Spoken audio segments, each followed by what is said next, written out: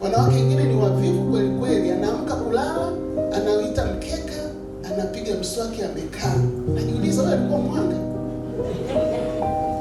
Yaani asubuhi unaamka, alafu unakaa chini unapiga mswaki. Shikamoo.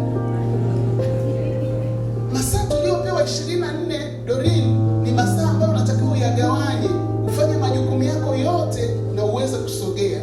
Na mimi nawaambiaga watu, kama unaingia kitandani saa 2 umelala, alafu mpaka saa 2 nyingine inakufuata asubuhi, utasubiri sana. Kuna watu wanalala kuliko usingizi mwenyewe. Yaani unalala mpaka kitanda kinakuchoka. Ukipiga mahesabu masaa 12 uliolala mara siku 31 mara siku 365 utashangaa. Lakini katika haya masaa 12 uliolala, kuna mwenzako ameamka akasoma kitabu. Kuna mwenzako ameingia kwenye social media akaandika kitu cha maana ama akasoma kitu cha maana. Lazima ubalance muda wako.